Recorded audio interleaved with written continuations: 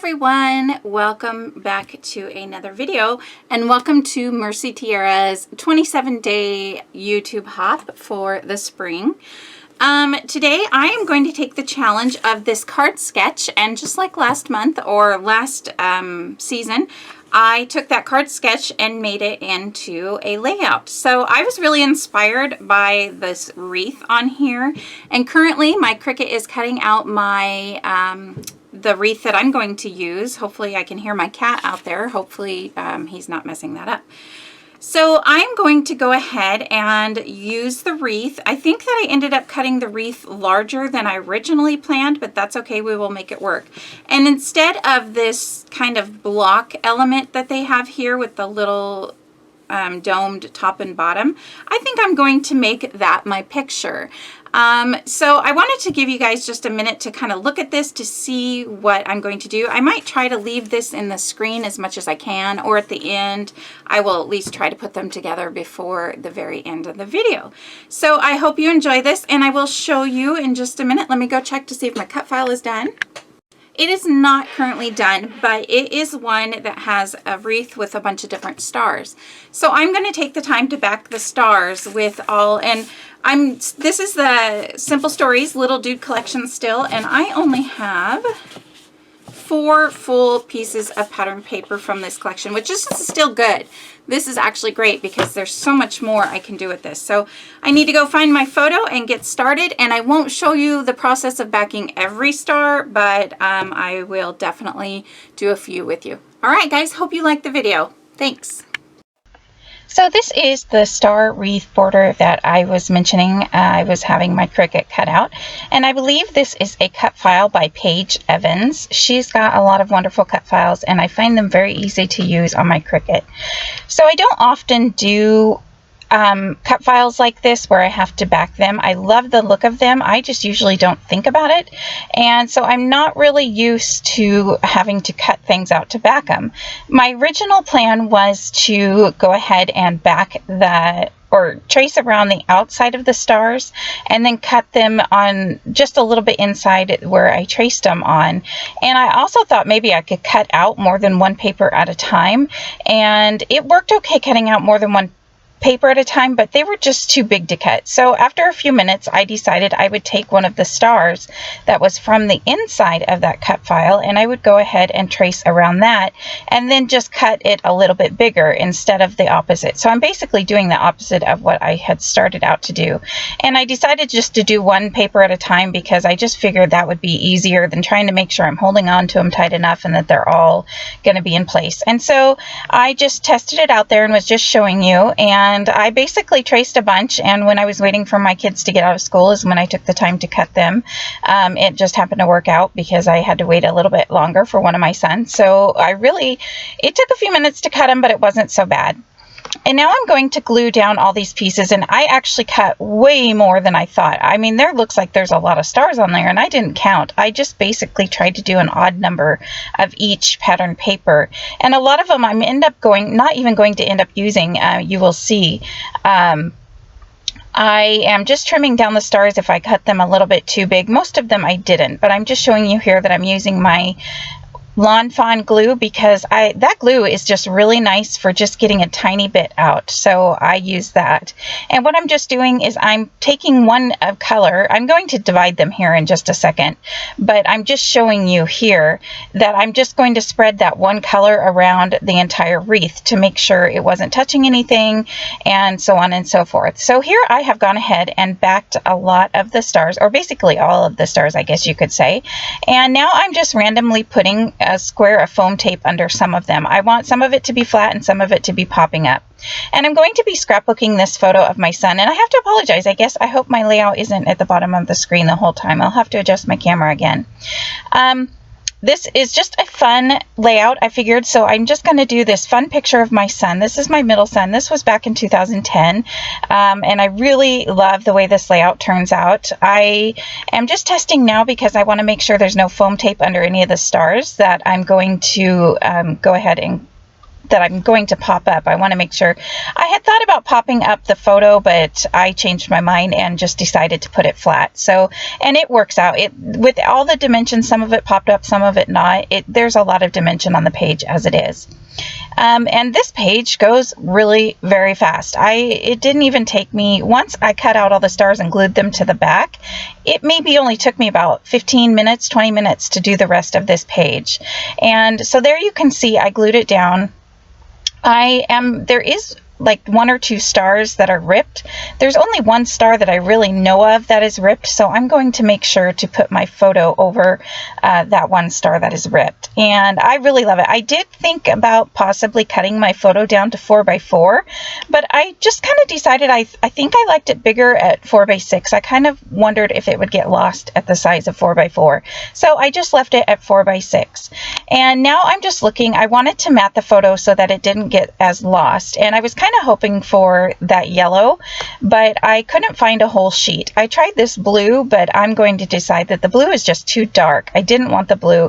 I wanted the yellow to match the little mask or glasses that he made. But the orange, I found a piece of the orange, so I'm just going to use that, and it works out pretty well. I have used up so much of this collection. I've had a lot of fun. I think I'm going to put it away for now, but I'm not sure. You will see more videos coming up with this collection, and thanks for everybody who's new to my channel or just visiting from somebody else's channel. I'm using my Perfect Layer rulers here. If you are new, I get a lot of questions about those. We Are Memory Keepers has something very similar. They call theirs layering guides, I believe, and you can get them on Amazon, scrapbook.com. I don't even know. You can get them all over the places. So just Google like We Are Memory Keepers layering guides and they should come up. And they're kind of bluish color too, I believe. So these are the small ones. These are made by Perfect Layers, but I don't think they make these anymore as far as I know, but they are awesome for matting your photos. You can see that I have double matted my photo I didn't want just 1 color, I wanted 2 different colors, and I think that really helps the photo stand out among all those stars. I did contemplate maybe spray misting or kind of misting the white cardstock background so that the stars would pop a little bit, but I'm actually glad that I didn't. I think it looks really good the way it is now, and if I would have sprayed it, it would have been too busy. So here I actually did find, I believe, is this the yellow? Yeah, I did find a sheet of the yellow, which I was like, bummer, I could have used that, but the orange turns out just fine.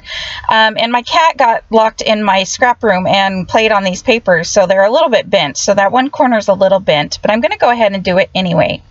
So I gutted the middle of it, and if you are new to my channel also for this hop, one good tip for mounting your entire layout is to use something like scrappy tape and not just ATG tape. It really helps me. I know when I use ATG tape, I never get the layout on the background mat straight at all, but when I use scrappy tape, at least that's what I use. They have so many different, any kind of double-sided tape that has a backing on it would work. So you will see here, I'm just going to take, this is my thick, I think this is a 1/2 inch size, and I put it on all 4 sides. Sometimes I put it in the middle, but since I have gutted the background paper this time, I am not going to put it in the middle, obviously, because the adhesive would just stick to my desk. And then I just pull one side off at a time, and once I get it straight, I can push it down. And it did get a little stuck there. I wanted to turn it, but it pulled up pretty easily. So I just am going to stick that side down, and then I'll lift up the other sides and pull the backing off that double-sided tape, and it works so great for getting your layouts down and making sure they're straight. If I do it with ATG, it's guaranteed not to go on there straight. So just there, I was just making sure I had the 1 star with the little rip in it. I wanted to make sure that it was behind the photo, and then there was this it's part of that yellow paper. I would call it a cut apart, I guess. This little 2x2 square. And this was totally unplanned. I just happened to glance at this when I was looking through the papers a minute ago. And it says Crazy Cool Kid. And I really liked that because I wasn't sure what my title was going to be. I didn't want to use a title that was going to get lost among all the papers and everything like that. All those stars and everything. So I decided to go ahead and glue my photo down and also put that Crazy Cool Kid there. I'm not going to put the Crazy Cool Kid, I'm not going to glue it down just yet, but I liked it for a title. It kind of adds a little something to the left-hand side, but not much. So I'm following that card sketch, but you can see I've totally altered it to be a 12 by 12 layout. I didn't realize underneath that wreath was another pattern paper, but I think if I would have added that on here, it would have just been too much. So I'm really glad that I didn't.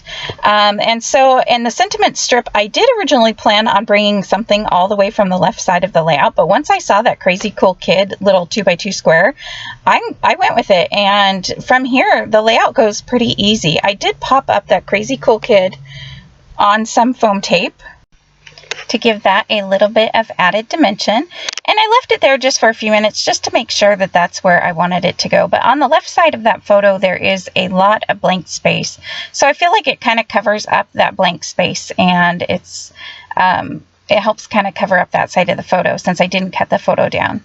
Then there was this sticker that says "You Rock," and I really like this sticker. I thought that it went really well with the photo and the page, and I'm trying to decide where I want it to go. I knew I wanted to use one of these arrows because I just have been having a lot of fun with the arrows in this collection. So I put it underneath that Crazy Cool Kid little 2 by 2 square and decided to add a piece of foam tape on the front hand side of the arrow so that it would line up with the Crazy Cool Kid, because the back of it is sticking up, so it's popped up halfway. So I really want to use this "You Rock" sticker, but you can tell I'm struggling quite a bit with where to put it. And then I finally decide I'm just going to put it down here. It is just a tiny bit covered up with the Y, but you know what it says, and I feel like it really kind of adds to the title. It almost looks like it says "Crazy Cool Kid, You Rock," or something like that. Like, I don't care if the whole thing is read as a title or if the two pieces are read as separate titles. Either way, to me, it looks really good. And then I found a couple star stickers, so I'm adding just a few star stickers around. I didn't want to add too much to this layout because if I added too much, it would just turn out to be just too busy to me.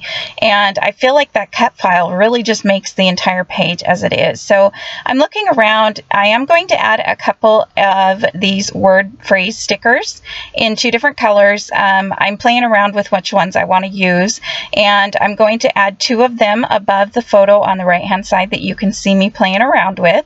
And I feel like that gives a little bit of color and interest there to the right hand side of the photo, and that is pretty much all I need for that spot. Now I picked up the sticker sheets and I'm looking around at these stickers. I am going to decide that I want to change out this red sticker because that red sticker was very fat and these other stickers are kind of more on the skinny side. So I wanted this one to match all the other ones. And I added just a couple of tiny little star stickers around, just kind of scattered them around, trying to make a triangle with them, but not really worrying too much about it. And then one thing I'm going to add to this page is these word phrase stickers, and I'm not going to ink the edges, and I'm kind of putting them so they're a little bit hidden, but they're still on there and they still give it a little bit interest. But because they are so hidden, you don't see them and they don't make the page more busy, if that makes any sense. So this is pretty much going to be the layout. I am going to stamp my date, and I'm going to stamp it just under the photo. I thought about stamping it multiple times. I like that look when people do that, but I ended up just doing it once because I didn't want a bunch of black down in this area and not anywhere else. However, after I do turn off the camera, I am going to add a few black ink splatters around. So I'm going to cover up the stars and just splatter just a tiny bit of black ink, which you can see here in the still shot photos. So thanks everybody for watching. Please follow the links below to watch everybody else's videos. And this has been another fun YouTube hop. I hope you liked the video. I hope that it helps inspire you to use card sketches and turn them into layouts. So thanks for watching. All right, bye.